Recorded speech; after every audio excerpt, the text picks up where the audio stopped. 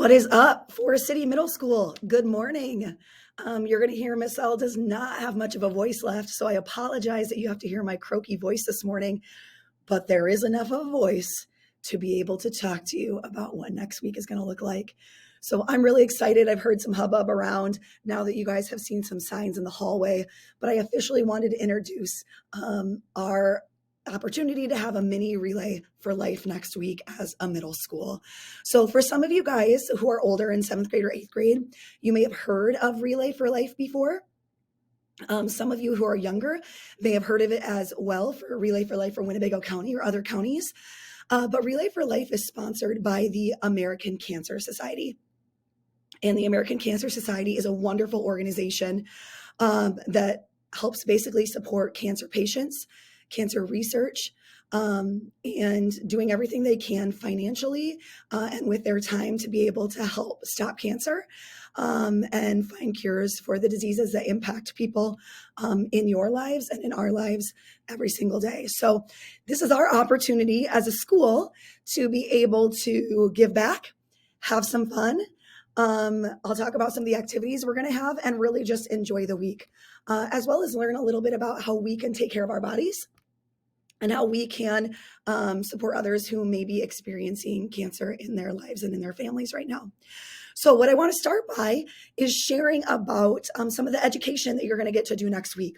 So we're going to take the first part of every single morning, that 8:15 to 8:25 window, and we're going to have some different articles we're going to read together. We're going to have some different videos we're going to watch, talking about vaping, talking about smoking, talking about why sunscreen use is so important, talking about why keeping our bodies healthy, exercising, having great food, having healthy nutrition in our body, all of those things can actually help prevent certain types of cancers and just keep our body in a great place to be able to be healthy throughout our lives. Okay. So number one is to educate ourselves. So when we know more, we can help empower others to do the same. The second thing is that we're going to have some great activities, like I said. So prepare yourselves for some penny wars. So if you've never done a penny war before, I am going to read off my sheet, the description, so you know what it is. It says the rules are simple.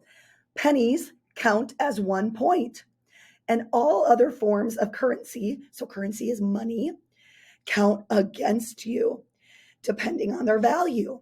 Dimes are 10 points. Quarters are 25 points.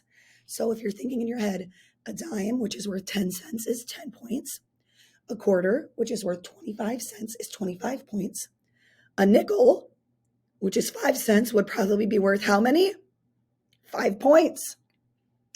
Try to see which classroom grade level can bring in the most pennies during the week. Don't forget that a strategically placed $20 donation in someone else's bucket could eliminate 2,000 pennies from that classroom. The final count is going to take place Friday after 8th grade lunch. And jars are going to sit on the middle school office on the ledge by Mrs. Nyhus in the office on the counter before school and after school. And the winning grade will earn a prize. So we're not going to compete by classroom, but we are going to compete by grade level. So 5th grade versus 6th grade versus 7th grade versus 8th grade.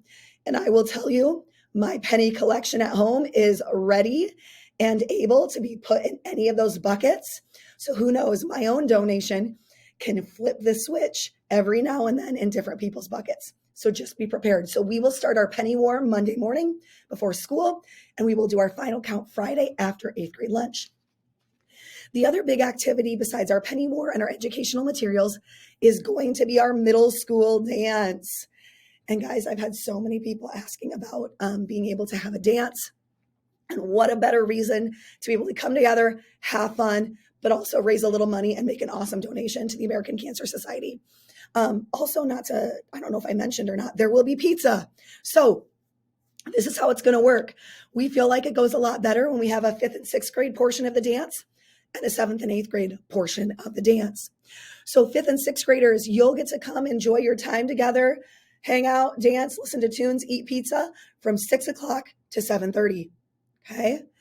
And 7th and 8th grade, you guys will come in about 15 minutes later and you'll go from 7:45 to 9:15. I know 9:15 gets a little bit later, but I still like it's doable to be able to get people home and get you to bed before you come back to school on Friday. But that gives everybody a good hour and a half to hang out together, have some fun, eat pizza. It is a $5 charge. That $5, all of that money will go directly to the American Cancer Society, and we will able to make a really good sized donation to them, which I'd be really excited about. Okay. So there will be a song request sheet that gets set out early next week. I'll be taking all your suggestions and being able to put a list together. So be thinking about songs that you want to hear and see. We'll have lights going. We'll have things ready to rock and roll. We already have posters around the school. So it'll be next Thursday, April 11th. 5th and 6th grade is from 6 to 7:30. 7th and 8th grade is from 7:45 to 9:15. Again, it's a $5 cost, and all $5 for every single person will go directly to the American Cancer Society. Okay. So on Friday during dugout time, we'll have some announcements. We'll get to give prizes to the winning class for the penny war.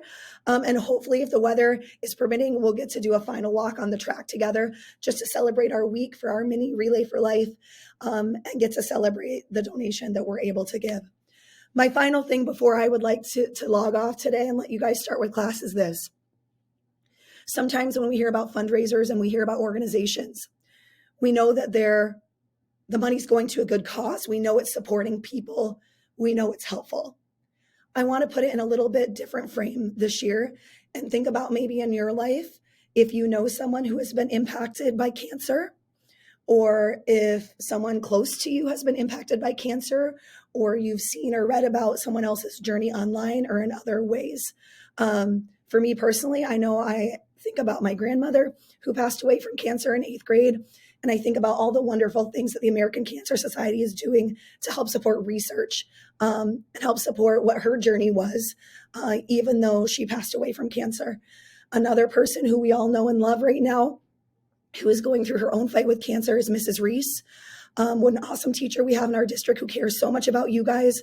But what a great way to show our support for her and her journey right now by doing everything we can to be able to make a great donation to the American Cancer Society. So that's my final challenge to you is as we start this week, what's personal to you about this process? What's personal to you about how you can